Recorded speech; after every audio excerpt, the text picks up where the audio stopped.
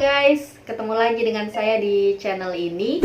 Dan kali ini kita akan bahas satu buku yang menurut saya mind blowing ya, sangat mengubah cara saya berpikir, yaitu buku Living the 80-20 Way atau Hidup dengan Cara 80-20 yang ditulis oleh Richard Koch. Tapi sebelum kita lanjut, buat kamu yang baru nemu channel ini, jangan lupa untuk subscribe sekarang juga. Dan tolong like atau bagikan video ini jika kamu merasa video ini bermanfaat. Terima kasih sebelumnya. Buku ini ditulis oleh seorang pengusaha asal Inggris yang namanya Richard Koch. Lucunya, Richard Koch ini melabeli dirinya sebagai pengusaha yang malas. Sangat menarik ya, padahal dia sudah menulis belasan buku.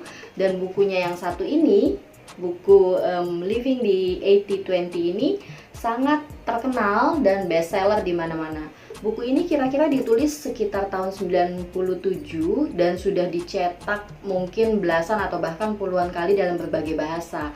Aslinya pastinya dalam bahasa Inggris, dan buku yang ada di tangan saya ini adalah sepertinya sudah cetakan yang kesekian dan sudah berbahasa Indonesia. Harganya juga sangat murah dan terjangkau, jadi saya sangat menyarankan buat teman-teman yang pingin tahu cara malas untuk menjadi sukses, buku ini sangat tepat buat kamu semua.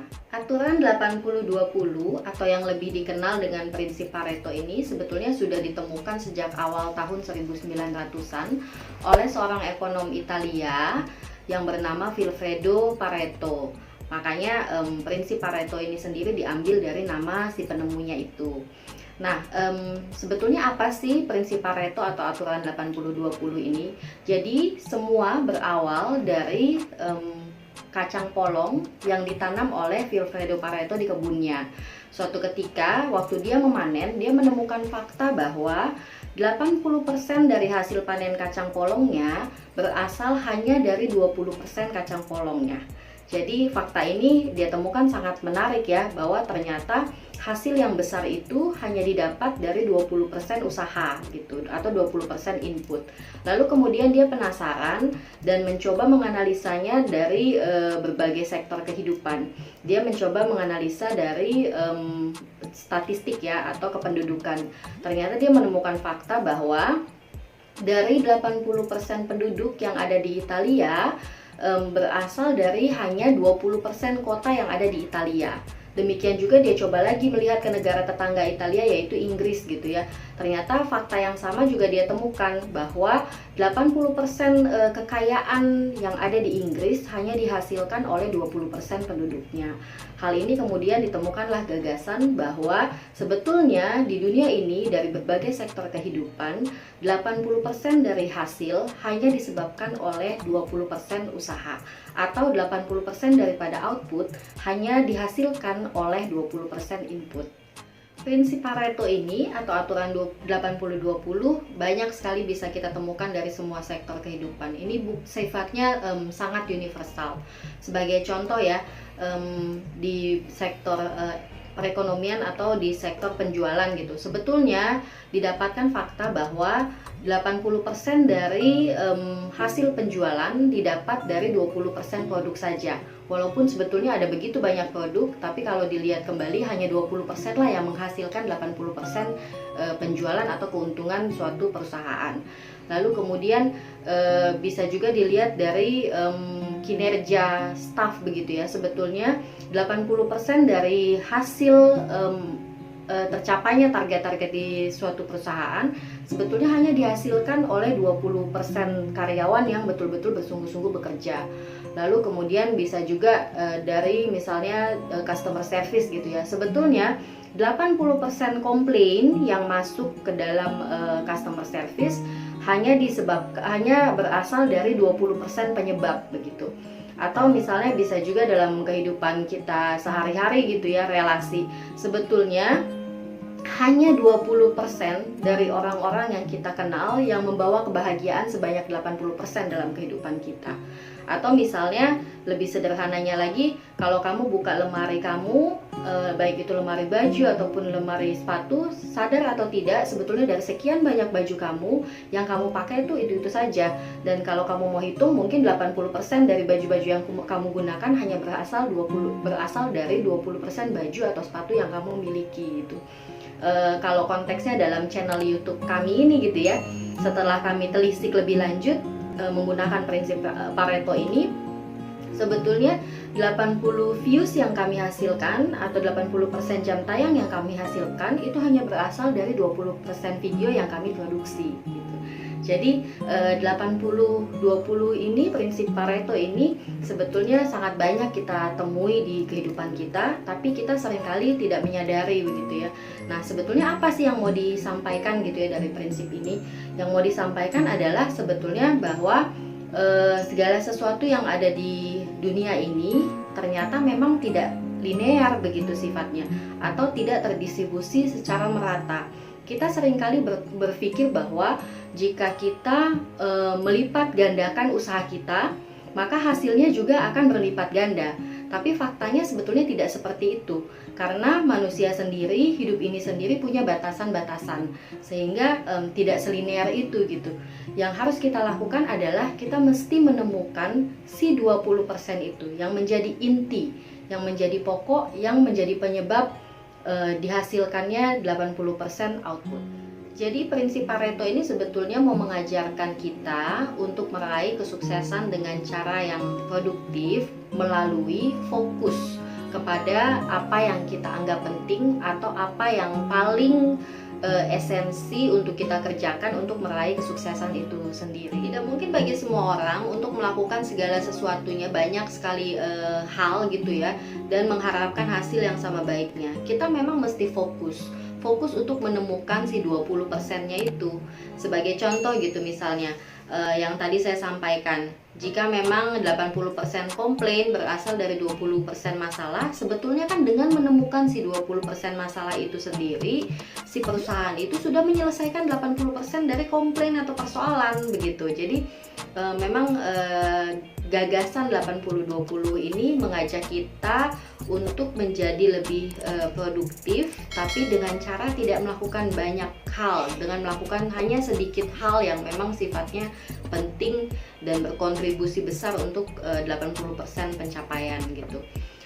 Sebagai contoh lagi misalnya ya, kalau kita perhatikan ya, sebetulnya banyak juga perusahaan-perusahaan besar yang sudah menerapkan ini gitu ya.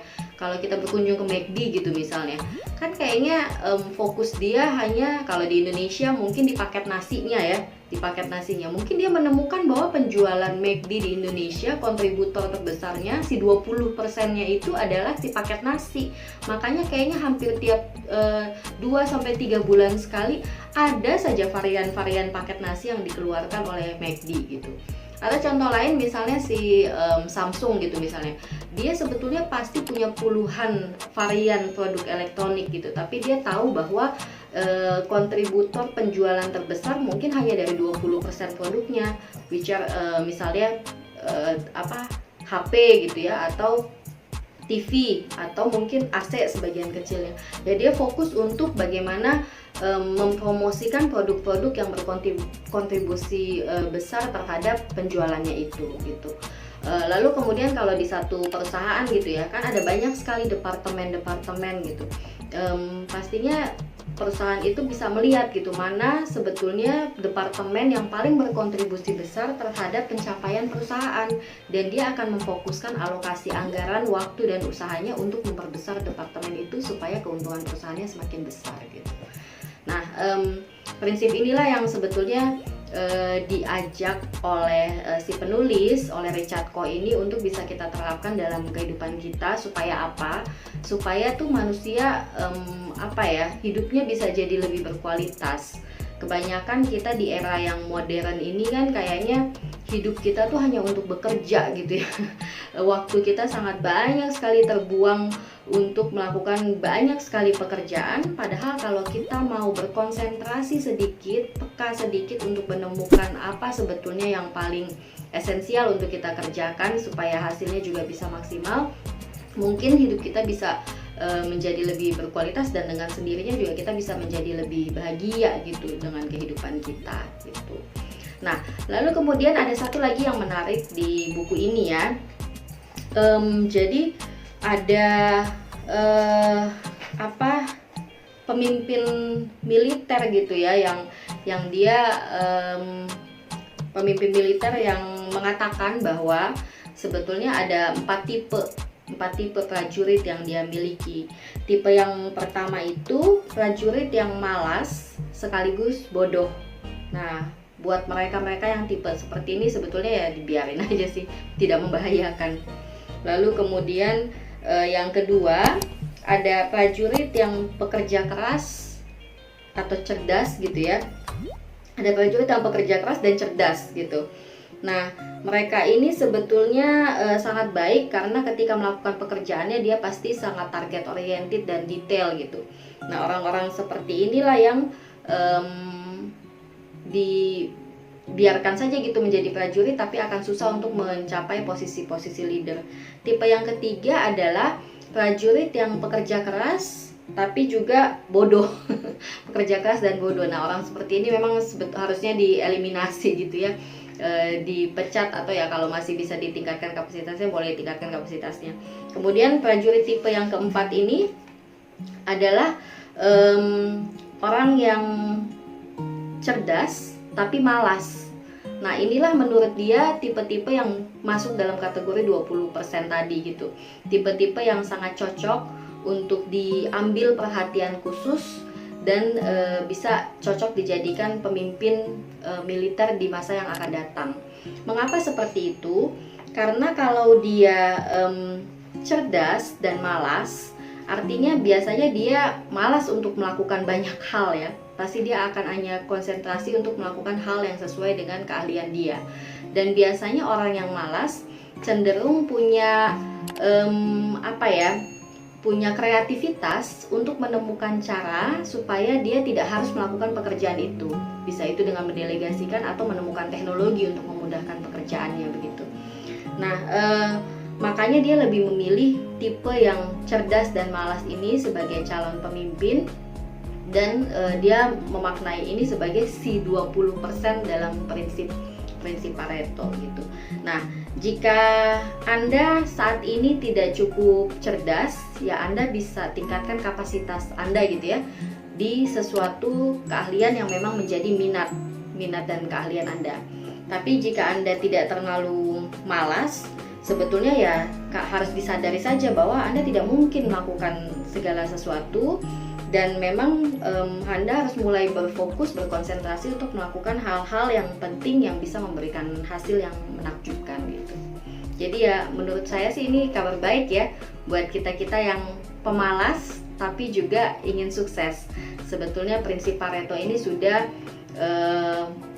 memberikan kita jalan atau gagasan bahwa justru orang malas dan cerdas itulah yang dibutuhkan untuk bisa menjadi sukses. Lalu bagaimana kemudian kita bisa menerapkan prinsip Pareto ini dalam kehidupan kita sehari-hari? Di buku ini sebetulnya diajarkan juga cara untuk implementasinya begitu. Nah, caranya adalah yang pertama kita mesti, tadi saya sudah bahas juga sih banyak. Yang pertama memang kita mesti menemukan si 20% itu. Kita mesti menemukan tujuan dari 80-20, aturan 80-20 ini. Kalau memang kita masih bingung, mungkin kita bisa dibantu dengan pertanyaan-pertanyaan reflektif seperti apa sih yang paling penting buat kita begitu.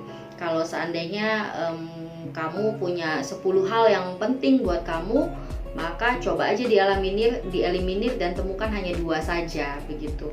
Nah, kemudian yang kedua adalah kita temukan rutenya. Setelah kita menemukan tujuan, kita menemukan rute dan kendaraannya untuk mencapai tujuan tersebut gitu. Caranya seperti apa? Kalau tadi Anda sudah menemukan 20%-nya, kan ada yang 80%-nya. Nah, bagaimana dengan yang 80%-nya itu? Anda bisa pilih, bisa itu dieliminasi dalam kehidupan Anda, atau ya dibawa santai aja yang 80-20 itu. Fokus kita pokoknya hanya memberikan banyak upaya di yang 20%-nya aja. Yang 80% sisanya, toh dia hanya menghasilkan 20% dari output, ya kita bawa santai aja itu dalam kehidupan kita. Kemudian cara yang selanjutnya adalah ketika kita sudah menemukan tujuan, menemukan kendaraan atau rutenya, dan lalu kita bisa menjabarkan kedua hal tersebut menjadi yang lebih praktis dalam bentuk tindakan-tindakan apa yang mau kita lakukan, kapan, dan bagaimana melakukannya supaya kita bisa mencapai tujuan yang sudah kita temukan di langkah yang pertama tadi gitu. Nah, 80-20 ini sebetulnya nggak exact angkanya 80-20 gitu ya. Cuma dia maksudnya cuma pingin bilang bahwa sebetulnya sebagian besar hasil yang kita capai dihasilkan dari sedikit usaha yang kita keluarkan gitu. Jadi angkanya sih bisa 70-30, bisa 60-40, bisa 25-75 gitu. Jadi angkanya nggak exact gitu sih. Itu hanya dijadikan acuan saja dan dijadikan aturan, dinamai, dilabeli 80-20. Begitu. Itu mungkin yang bisa saya bagikan di video kali ini. Semoga bermanfaat buat teman-teman ya.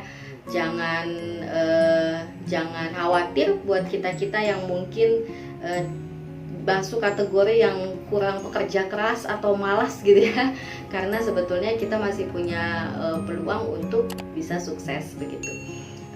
Selamat mencoba, semoga bermanfaat. Dan jika teman-teman menemukan prinsip Pareto lain dalam implementasinya di dalam kehidupan teman-teman begitu ya, silakan muat di kolom komentar ya, supaya kita bisa diskusi sama-sama dan supaya ngetes juga kira-kira teman-teman cukup paham tidak dengan video ini. Oke, itu aja. Sampai ketemu di video selanjutnya. Jangan lupa subscribe. Dah.